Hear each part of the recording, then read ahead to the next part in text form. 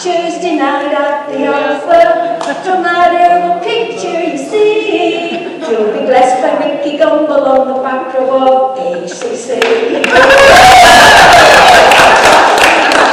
So anyway, the 35 people at the opera, and if you didn't make it last week, come along for week 2, because it's going to be amazing. We love it so much, don't we, Emma? Don't we, Holly? Don't we, Adrian? Yeah. So yeah, and also I just want to say hi to lovely Hayley Bell in Senegal. She may watch this at some time. I just want you to remember Hayley as she's out on Mercy Ship in Senegal, in Africa. She's doing an awesome work out there. Hayley, we love you. And we are praying for you. Love Halifax Central Church. So we just tell her we're not something running to watch her, but please continue to pray for Hayley.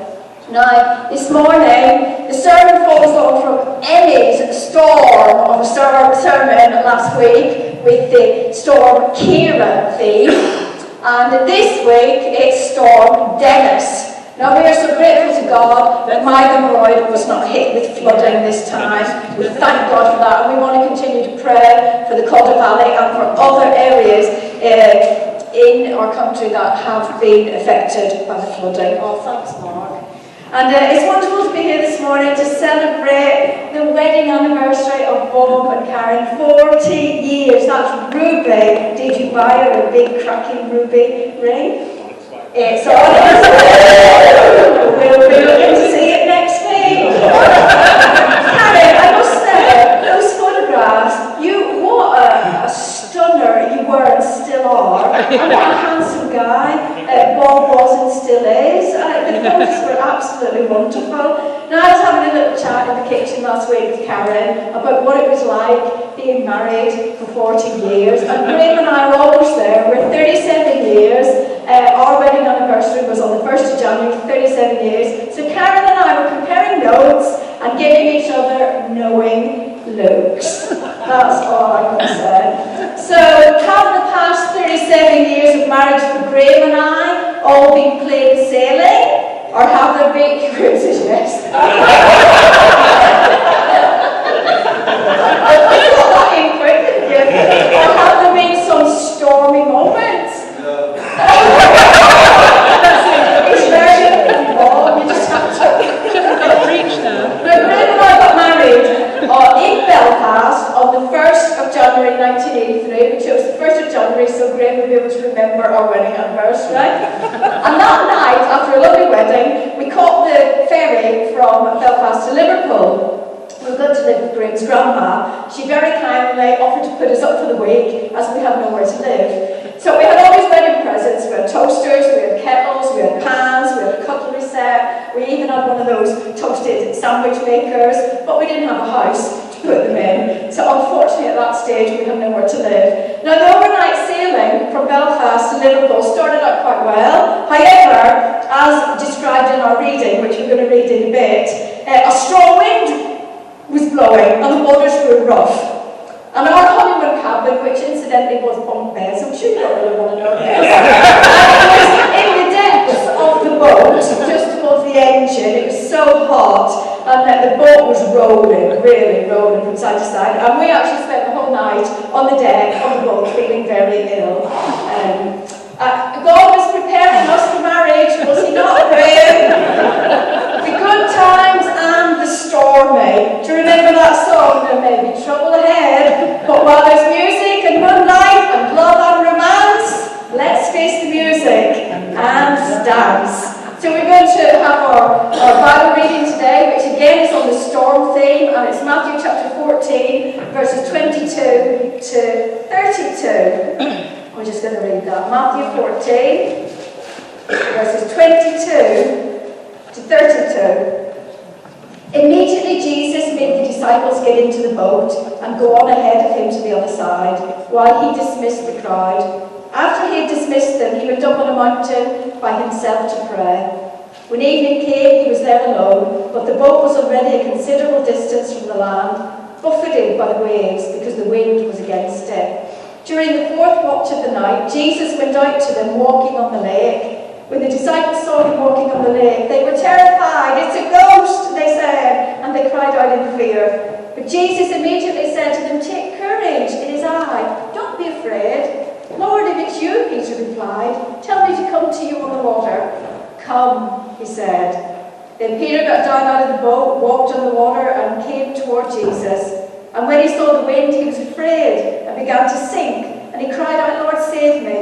Immediately Jesus reached out his hand and caught him. "You of little faith," he said, "why did you doubt?" And when they climbed into the boat, the wind died down. Then those who were in the boat worshipped him, saying, "Truly, you are the Son of God."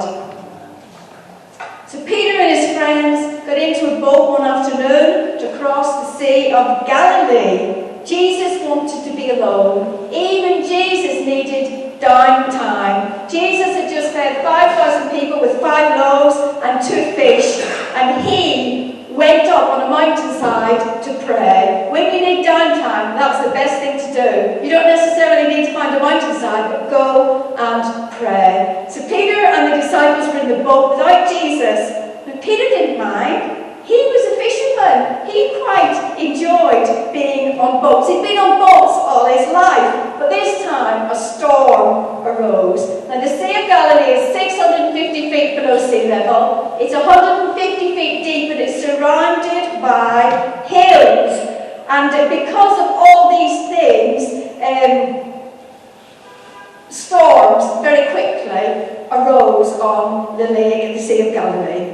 Now these storms, they were expected, but they were still pretty frightening when they came. And I'm just going to give you another flashback to our honeymoon. So on our honeymoon, we actually went to Halifax. We love the lakes. We absolutely love the Lake District. And Graham's parents paid for our honeymoon because, as you remember, we didn't have any money and we didn't have a house. We had a toaster and a kettle and a sandwich maker, but that was it. So Graham actually had enough money to pay for us to go out on a rowing boat on Derwent Water. Do you remember it, Graham? And when we set off, it was lovely and calm. However, once we reached the middle of the lake, a storm arose. This is true. This is absolutely true. The sky grew dark, the winds grew stronger, and our little rowing boat began to be tossed to and fro in the middle of Derwent Water. And Graham had experience of sailing boats. Your dad used to take you sailing when you were a boy. But even Graham, even my strong, macho husband, just newly married by days, struggled to keep that boat afloat. But thankfully, thank the Lord, we managed to row against the wind and against the waves and through the storm to safety. And all of that just to say that storms can be very scary. And if I were to ask any of you, you would be able to tell me I've had storms in my life. And they may not be water related, but they can be other storms that you have faced in your life. We were petrified, but thank the Lord we made it to the side. Now this storm on the Sea of Galilee was scary. Their boat, the disciples were in the boat, and the boat was tossed by high winds and heavy seas. And it was so violent that the only thing the disciples could do was to keep the boat upright. And Matthew 14 verse 25 says this: "During the 4th watch of the night, Jesus went to them walking on the lake." Now the 4th watch of the night was between 3 a.m. and 6 a.m. And the disciples were convinced it was a ghost. And they cried out in fear. I bet they did. I think I would have cried out in fear if I'd been on a boat at 3 a.m. in the morning and the wind and the waves were coming against that boat, and suddenly you see this guy walking towards you, walking on the water, and they thought, it's a ghost, it's a ghost. Yes, amen. So they were terrified. And you know what? The funny thing is that the very person who could help them was approaching them, but they didn't recognize him. And this is my first point. These points are all a bit higgledy-piggledy, Abby, just to let you know. The first point is this: that sometimes it takes eyes of faith to recognize when Jesus is around. We can be so focused on the storm that we fail to see the one who can still the storm. You see, although they had lost sight of Jesus, he had not lost sight of them. So remember that the next time you are in deep water, that Jesus knows your struggle. He will never leave you, he will never forsake you, and he will definitely not let you drown. Isaiah 43 verse 2 says this, when you pass through the waters, I will be with you. He is going to bring you to the other side. You've got to trust him. That's all you've got to do is trust him, because he has got this. He has got this situation, and he has got you in the palm of his hand. You know, God is not going to give you more than you can cope with. 1 Corinthians 10:13 says this, God will not let you be tempted beyond what you can bear. Has anyone ever said, I cannot take any more of this? I have reached the end. God, when you reach that point, God is going to make a way out for you. He's going to make a way of escape so that you're going to be able to stand up under it. When it gets too much for you, God will make a way of escape. So why was Jesus walking around on the lake at 3 a.m. in the morning? Good question, you may ask. The answer is in Mark chapter 6, verse 48. It says this, he was about to pass them by. Now, why did Jesus want to pass them by? Did he want to race them? Was it going to be a race on the Sea of Galilee? The Greek verb, which means to pass by, is parekomai. That's good, isn't it?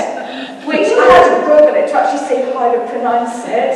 But what it means is to pass by. And it refers to a theophany. Now, if I was to ask Rob Stradley, he would know straight away what a theophany is, because he's a very clever guy. So the theophany, I won't ask him though, it was those times when God made an appearance in the earthly realm to speak to someone and to show them his power. And in the Old Testament, Moses was called by God to lead the children of Israel out of Egypt and into the promised land. And he did not feel very well equipped to do this job. And he needed to know, if I'm going to do this, I need to know, God, that you're going to be with me. And Moses said this to God, if your presence does not go with us, I'm not going. That's my paraphrase, but that's what he meant. God, if you're not going with me, I ain't going either. And God said to him, my presence will go with you. And then Moses said, I want to see your glory.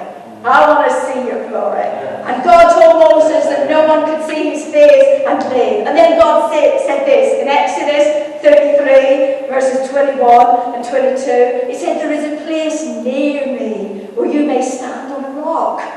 When my glory passes by, it's the same words, when my glory passes by, I will put you in a cleft in the rock, and I will cover you there with my hand until I have passed by.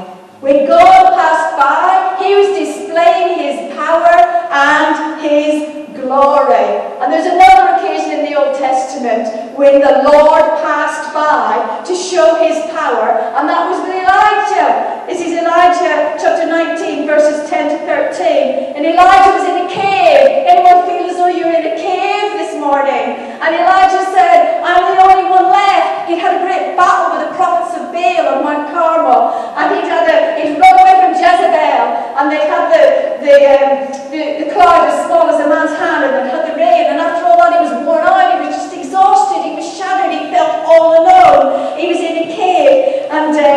And the Lord was going to pass him by to show him his power. 1 Kings 19:11. God said to Elijah, go and stand on the mountain in the presence of the Lord, for the Lord is about to pass by. Get ready, guys and gals, because the Lord is about to pass by. The Lord is about to show you his power and his glory like never before. Are you ready to open your heart, to open your spiritual ears, to watch and to hear what the Lord is going to say to you? Because I want to tell you, God's got a plan for your life. The enemy is trying to silence you. The enemy is trying to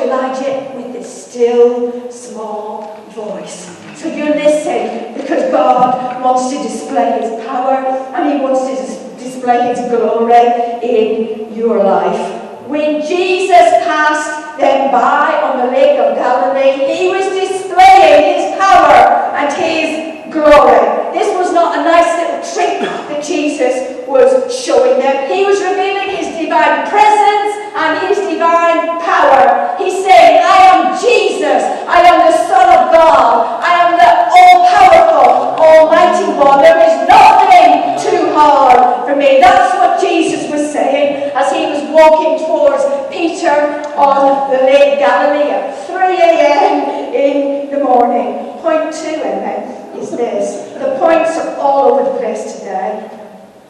Our lives are not storm-free. Good point. Well observed. Our lives are not storm-free. If you look at verse 22 of Matthew 14, Jesus had asked the disciples to get in the boat even though he knew there was going to be a storm. Obedience is no guarantee of an easy life.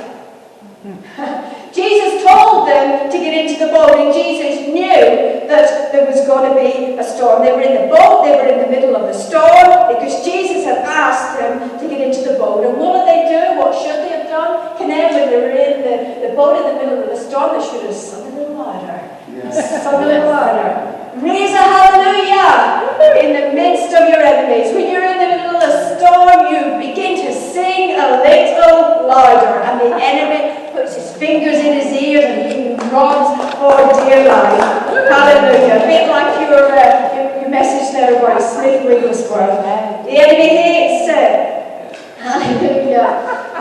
Hallelujah. Jesus wanted to show them his power and his might. When you go through difficult times and when you go through storms in your life, remember that God is with you. Remember that he is all-powerful. Remember that nothing is too difficult for him. And remember that he's going to bring you through to the other side. And also remember this, you'll never be the same again. When you come through that storm, you are never going to be the same again. I've come through many storms in my life, and I know you have too. And as you come through those storms, God does something in you. God changes you. 1 Peter 1:6-7 says this, in this you greatly rejoice. Come on, you're going to rejoice in the midst of the storm. For now for a little while, you may have had to suffer grief in all kinds of trials. All kinds of trials. These have come so that your faith, of greater worth than gold, which perishes even though refined by fire, may be proved genuine and may result in praise, glory and honour when Jesus Christ is revealed. When you come through the storm, your faith will be proved genuine. That's what it's all about. Hallelujah. Yes. Verse 27, Jesus says to them, don't be afraid. Take courage. It is I. Don't be afraid. Verse 28, Peter says this, Lord, if it's you, tell me to come to you on the water. Peter is about to become a water walker. Yeah. He asks if it's God's will for him to get out of the boat.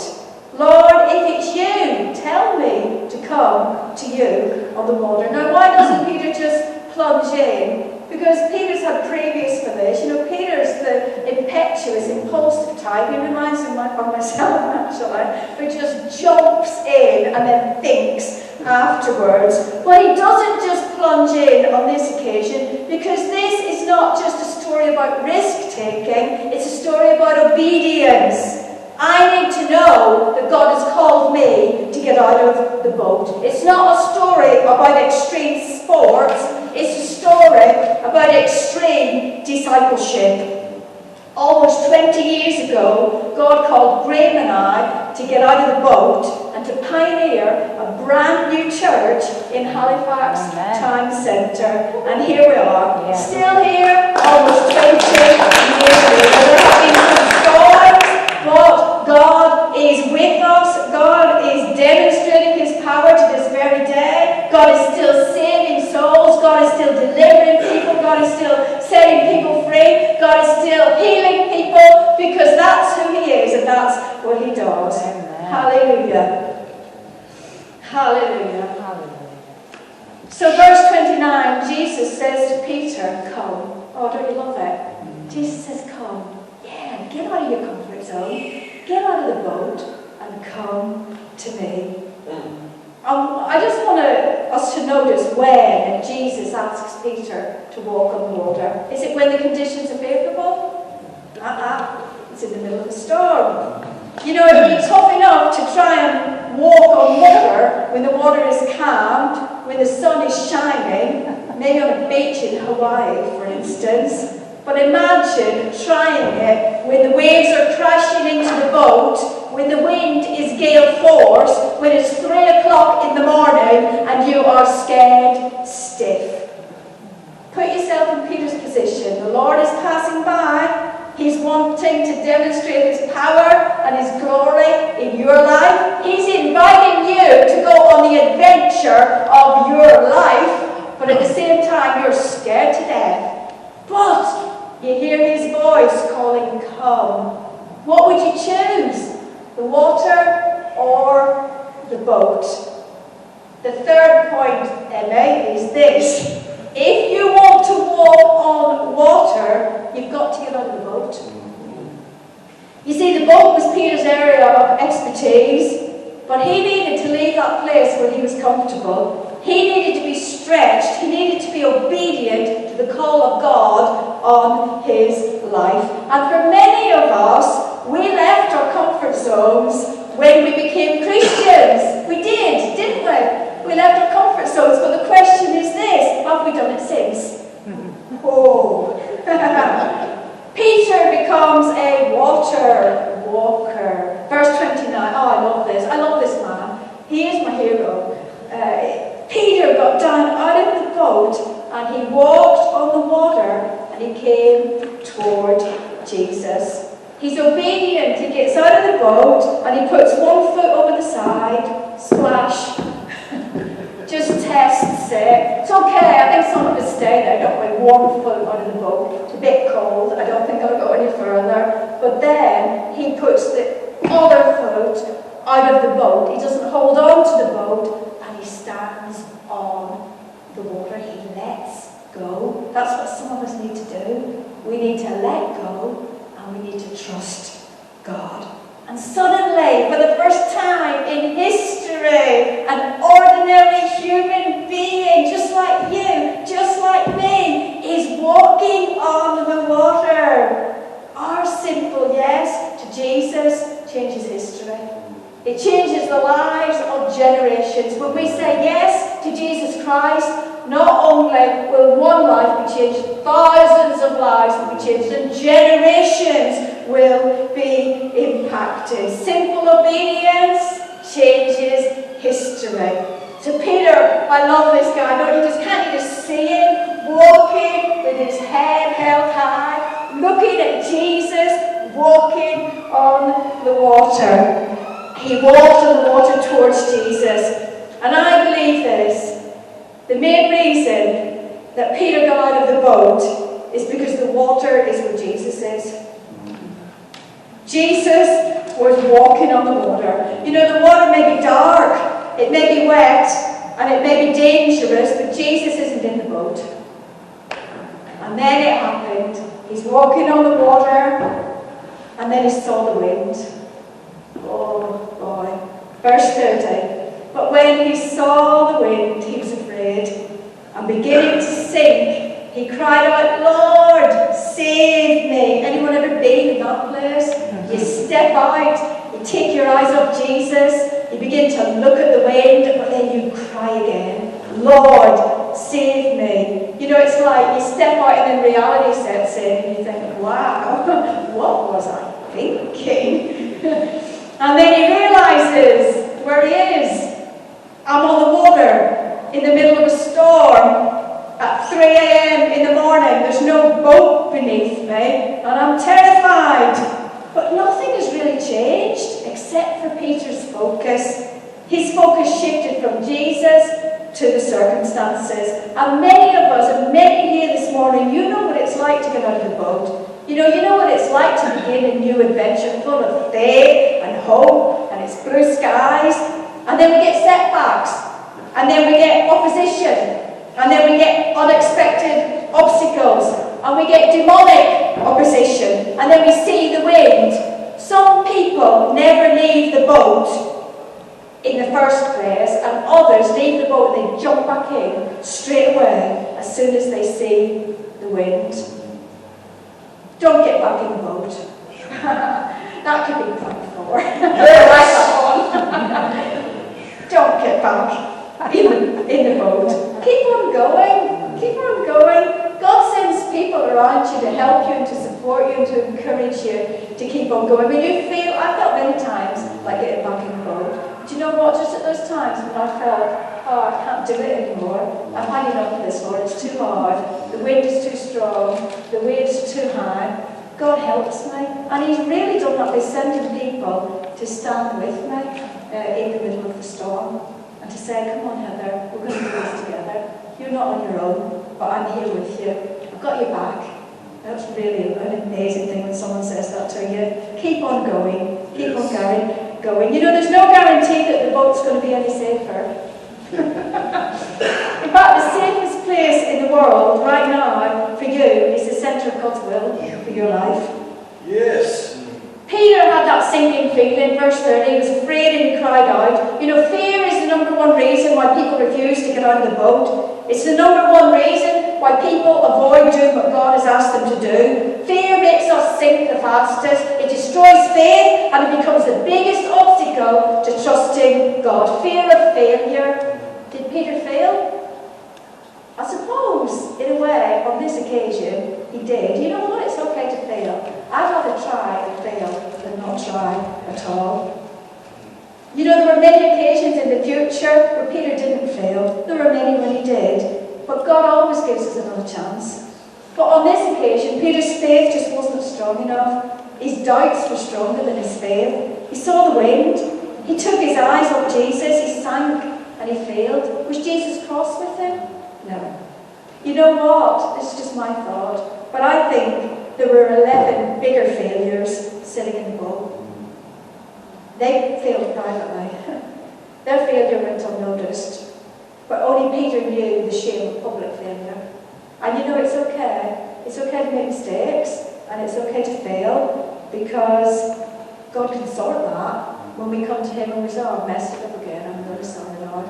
I just messed it up. And He says, let's get back up again. Let's get back up again. And He takes you by the hand and He picks you up. And He says, come on, we're going to have another go. So have another go. Have another go, guys. It's okay. It's okay to try. It's okay to fail. It's okay to give up. What was that Emmy said? I get knocked down 9 times and I get up again 10. To quote Emmy from her sermon last week. Or to quote some rapper. I can't remember the name of the rapper. So Peter was the only one in that boat who knew the shame of public failure. But you know what? He also knew the glory of saying yes to Jesus. He knew the glory of walking on the water. He knew what it was like to be lifted up by Jesus in a time of desperate need. I'm coming into land now. Verse 31. I love this. Immediately, Jesus reached out His hand and He caught him. He did say to him, you have little faith. Why did you doubt? You know, He was saying, I don't believe He was telling him off. He was just saying, look, I was here all along. I was here for you, Peter. And when they climbed into the boat, the wind died down. How awesome is that? The worst failure is not to sink in the waves. The worst failure is never to get out of the boat. God's got a plan for your life. God has got great plans for you. Have courage. Have faith. Get out of the boat and walk on the water. That's going to mean something different for every one of us. Life's too short to live in our comfort zones. I believe that God's rattling a few cages this morning. I know He is with me. And He's saying, come on, stir yourself up. Yes. Get out of the boat. Walk on the water. Yes. Go on an adventure with me, Jesus is saying. Because when someone gets out of the boat, they're never the same again. Never the same again. Whatever the results, whether they sank, whether they swam, something will have changed. You know, their worship is never quite the same. When you've been through the storm, when you've walked on the water, when you've had a few dips in the water, and when Jesus has rescued you, your worship is never the same. And your view of other people is never quite the same.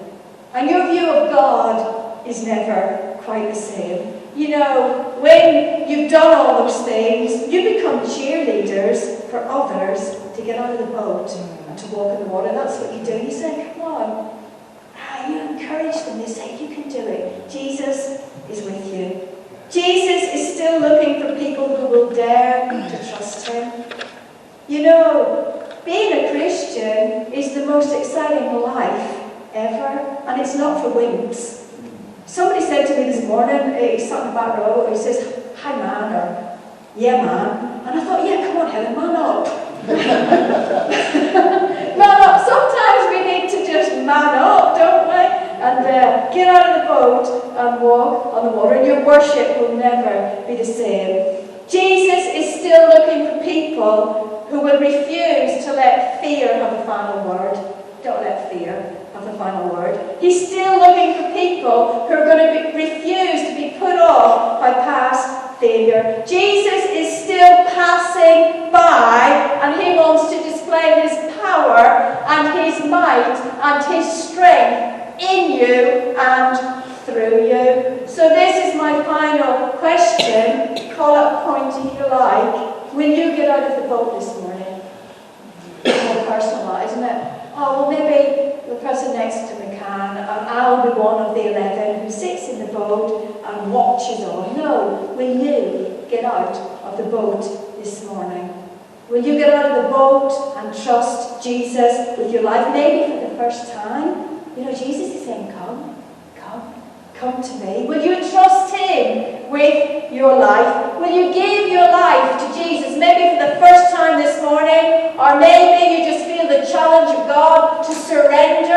Maybe that means you need to change the people that you hang around with. Maybe that means you need to change the places that you go. Maybe that means that you need to change the things that you do. And maybe that means that you need to say, I'm all in. I'm all in, Jesus. I've not got one foot hanging over the edge of the boat, dipping it in the water. I'm all in. I'm all in. With you, Jesus. Will you give your life completely to Jesus this morning? Maybe you've taken your eyes off Jesus and you've placed them on the circumstances. Will you let him catch you this morning? He wants to catch you this morning in his arms of love. He wants to bring healing into your life. He wants to say to you, it's okay, it's okay. I'm here, I'm with you. I'm going to make it better. Will you let him fill you afresh with his power so that you can keep on going in his strength? Can I just ask the worship band to come back? We're going to have a time of ministry now. We're just going to invite him to come. As he's inviting us to come, he's inviting us on the biggest adventure of our lives when we let go of maybe things that have been holding us back. And we say, Jesus, I'm going to follow you. I'm going to serve you all the days of my life. I know you've got a plan and you've got a purpose for my life. And maybe you've heard God call you and you've just been putting it off. You've been thinking, no, that can't be God. Just listen to him this morning. Just listen to the voice of the Holy Spirit. He'll speak to you. He'll show you the way forward. Thank you, Jesus. You never leave us. You never forsake us. You never let us go. Thank you, Lord, that your plan is to transform each one of us into your likeness. And Lord, to use us to bring transformation to our towns, to our cities, to our nation, and to the nations of the world. Thank you that you've called us to preach the good news to everyone we meet. Lord, not just from a platform, but from a street corner, one-to-one, where we share the good news of Jesus with those who are in need. We want to be your hands, we want to be your feet, we want to be your voice, Lord. We love you, Jesus.